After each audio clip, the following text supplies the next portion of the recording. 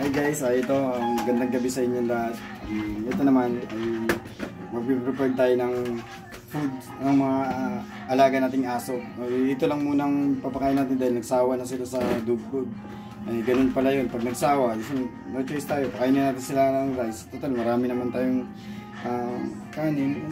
Ang ulam nila ay unting karni, tapos carrots, tsaka manok.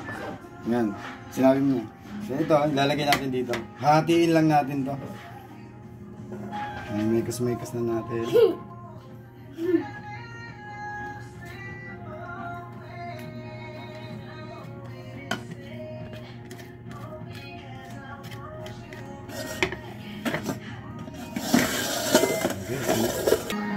Ito, gutom na sila guys. Oh.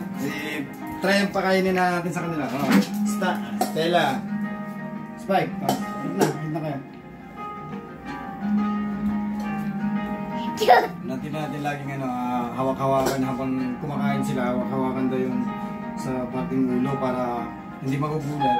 Hindi sila nangaagad kasi yung ibang aso, pag hinahawakan mo habang kumakain, minsan may nakaagat. Kaya laging sanayin siya ng ganito. Ewan ko lang mga eksperto pero yun nung napapanood ko kasi na ganito daw wala. Okay guys.